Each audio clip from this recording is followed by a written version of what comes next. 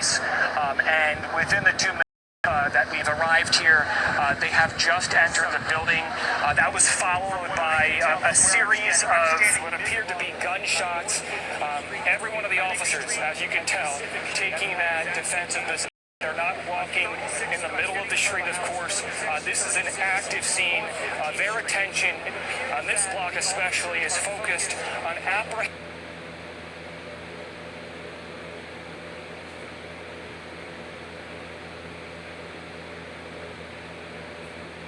Buffering again. Wake up, Israel News, Chris Judah. Whoever is inside, whoever has been firing at police now for the past hour and 20 minutes.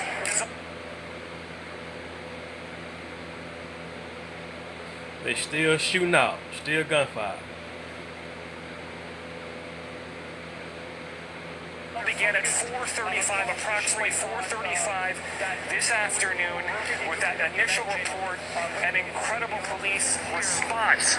Officers from all throughout the city, their priority when someone is shot in their line of duty, especially an officer, is to get to the scene and provide assistance and get whoever is shooting at them in custody. That has not been the case. There's at least been now 3 rounds of...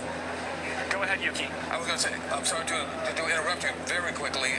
Can you tell from your vantage point if it's that corner row home that these officers are centering on or not? Because the officers that we are looking at right now are basically standing and waiting for something to happen. I can't tell if their eyes are on that corner row home, that burgundy type row home there on the corner or not. I don't know if you can tell or not from your vantage point. Yes, so... From what I can tell from where I'm standing mid-block on North 15th Street between Lenox Street and Pacific Street. That's my exact location right here. On 36, I'm standing in front of a house, 3636 North 15th Street. It appears that the officers are focused.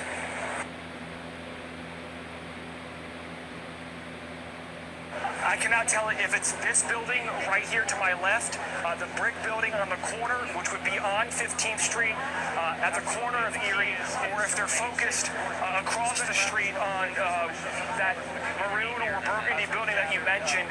But you can see the officers here are gathered, SWAT members, plainclothes, and unmarked, or I should say, undercover officers all gathering here at the corner of this building.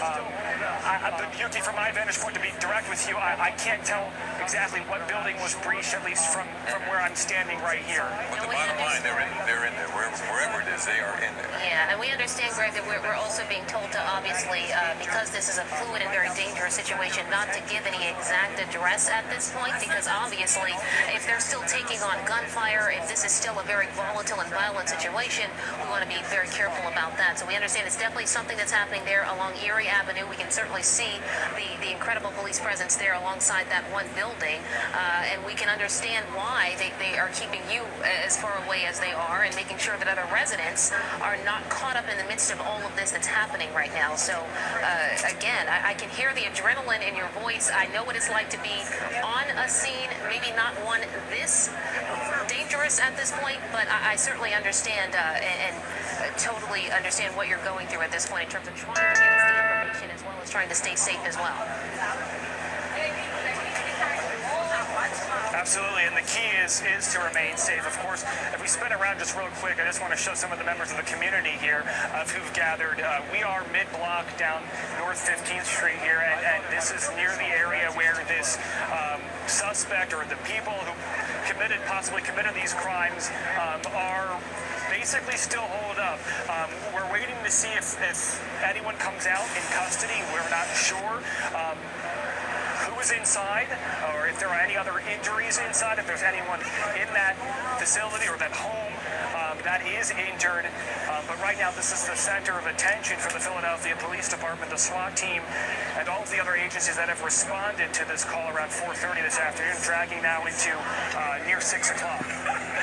Great. Thank you so much. Stand by, because we definitely will get back to you. But to reiterate, 6 officers, a half dozen officers, have been shot. None of the injuries, we are told, appear to be life-threatening. One of the officers may have sustained some type of injury going to the scene or involved with some type of car, but 6 officers are involved in this. It all started around 4:30 on a narcotics call. Yeah, the 3700 block of north of 15th Street there. You can see Chopper 3 has been hovering above the scene since it all happened. We saw early on one suspect who was taken into custody who appeared to be resisting arrest. At that point, he had to be lifted into the police car and was taken away from that scene. That was shortly before 5 o'clock or so. We have continued to hear Greg Argos say that he can hear from where he is, which is about a block or so away from where the initial scene is. He has continuously heard gunfire, and from the very beginning, we were hearing that officers were taking fire from the very beginning. So this is really not de-escalated, it appears, but so much, even after an hour and a half or so of this scene unfolding there. A narcotics call is what brought police officers to this scene. 6 officers were shot, we understand, as Yuki was just saying. And we got that once again from John McNesby, Fraternal Order of Police. Exactly. Six officers were shot, non-life-threatening injuries, thank goodness. But again, what is happening now is that this is still a very active and dangerous scene, not just for the police officers there, but also the people they are trying to serve and protect, which are the residents in that community, which are pretty much either holed up in their homes at this point or trying to figure out what is happening. And they're telling people to stay away from this area. They've said that from the very beginning. This is not an area you want to go anywhere near at this point.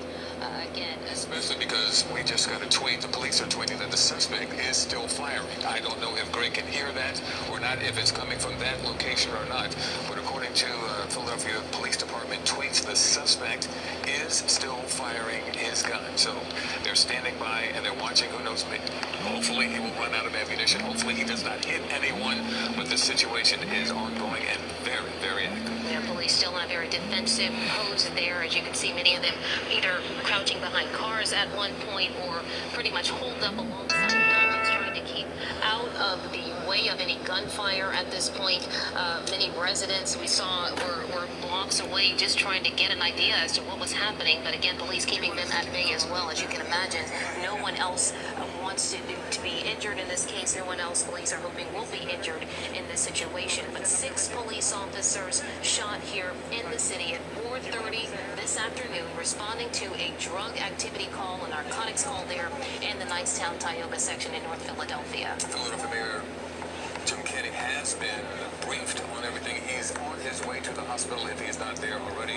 Or Kim Davis is at the hospital as well. One of the hospitals, I believe she's at Temple University Hospital. And Commissioner Ross will be making a statement soon once he finds out more about the situation, because it's still active. He's getting information as we are giving information right now, so it might be a little time before he steps to the mic, if at all. But we are definitely keeping an eye on that situation. Yeah, so right now, obviously, we're concerned about the police officers who were shot and injured at this point. We're concerned about this neighborhood and the folks that are in that neighborhood who are still, again, being pulled up at this point while police try to de-escalate the situation, while they try to get this suspect or suspects in custody at this point. One person's already been taken into custody. Obviously, they are still engaging another person or other people at this point, hold up on Erie Avenue. That is why you still see such an incredible police presence at this point in that area. And looking at that picture, it may seem possibly maybe a little cloudy or something to you, but I understand that we may be using a very long lens, because I understand our chopper 3 has been told to back up. All the helicopters in the air back up just a little bit as to not to compromise the situation. So that's the situation there. That's why you're looking at this picture. It may seem a little, as we call it in the business, soft or cloudy. It's not as sharp, but we are over top of the situation. You can see the lights, the sirens. You can see that right in front, and no one is moving, because this is an ongoing situation. Yeah, again, Greg Argos and our cameraman out there, a couple of camera guys, Ankit Patel, Matt Mariano, trying to stay safe as well. We want everybody in this situation. Haven't seen something like this in a really long time, where we're seeing this kind of violence play out, in a city neighborhood where we're actually seeing it after police officers have been shot. The situation is still certainly not under control at this point until they get a suspect or suspects into custody. So that is why this is still a very dangerous situation an hour and a half after the initial call came in at 4:30. A call, a narcotics call that went very, very badly. And we're watching the result of it right now. And it happened all around. People were getting off work, people were moving around in the Temple area, maybe from school. And a very active time of the evening, and even more so, as Greg mentioned a little while ago, all hell Brooklyn. It's around 4:30. Speaking of Greg, let's check in with him right now near the scene. Greg? And Yuki, like you mentioned, we are very close to this scene, a very active scene happening right now. In fact, this is where the police have gathered here near this corner, and about down a block from where I'm standing, there is the Philadelphia SWAT team. They have gathered, and we have heard active gunfire in the past 20 minutes happening here near this scene. And actually, right now, 2 shots were just fired. You can hear possibly some of the folks, the members of this community, the neighborhood, reacting as well. There is active gunfire happening right now. We're going to just keep with the live picture. That you're looking at the SWAT team. We're not going to give our location here, but we are, as you can tell, very close to the scene. Philadelphia SWAT and large clothed police presence here, apparently engaging the suspect as we speak. It appears that they are in front of a home here in the Tioga section of Philadelphia. This all unfolding at 4:35 this afternoon or thereabout. And since I've been live a few times this afternoon, we've heard now this is the 4th back and forth, the 4th volley of gunfire between Philadelphia police and at least one suspect. We have confirmed 6 Philadelphia police officers have been shot. Still an active situation. We don't know if there are any more injuries, but with active gunfire, of course, there could be. Joe Holden and the Fraternal Order of Police telling us, fortunately, that none of these injuries are life-threatening. That could change, of course, as active gunfire is taking place right now here in the Tioga section, North Philadelphia section of Philadelphia. We're staying back. There are officers in defensive positions. I believe you're looking at a SWAT vehicle right now, correct, Matt? And we're just showing the scene as it's unfolding.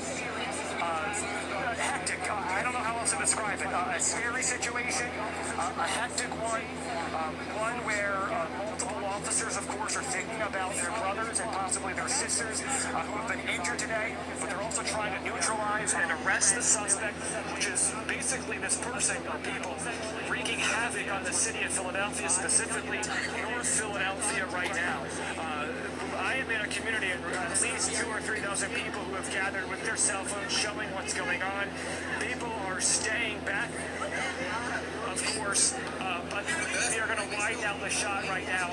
Just giving you the situation as it's unfolding. We don't know, to be frank with you, if anyone who's committing these crimes is watching our broadcast, and so we're not going to be showing specific locations or talking about them, but we are in the Tioga section of Philadelphia. This is where those emergency calls began broadcasting over police radio at 4:35. Philadelphia SWAT in full gear with their tactical equipment, engaging the suspect over the past hour. A very tense situation, quite frankly, one that I've never been in this light. I've been, unfortunately, plenty of shootings, but nothing this serious where there's active gunfire. And I can tell you the priority is keeping the officers who are on scene safe, the folks who have gathered to watch this, those in the community living on this block. Imagine this being your block here, guys, in the Tioga section of Philadelphia, when there is such a... there's a gun battle, essentially, in North Philadelphia, as we're speaking. I can tell you that. I've heard it, and it's ongoing right now between... Go ahead. It's ongoing. It's active gunfire. You were talking about keeping people safe. I want to reiterate to you, they have protective gear on. The police department, the SWAT team, we've seen the helmets on the tight shot. They have protective gear on. Stray bullets can fly. So please, you and the community, keep yourself in a defensive position and stay safe. get back to you, Greg. I understand. I'm being told that the video that people at home are seeing on the right, family members are starting. You're looking at a live picture. Family members are starting to come to the hospital now. But once again, at Temple University Hospital, where Kimberly Davis is, and so we're going to stay on top of that as well. But once again, the injuries that we have heard about, the officers being shot, and the one injured, they are not life-threatening at the moment. We're getting 6 officers, according to FOP President John McNesby. 6 officers shot, according to FOP President John McNesby.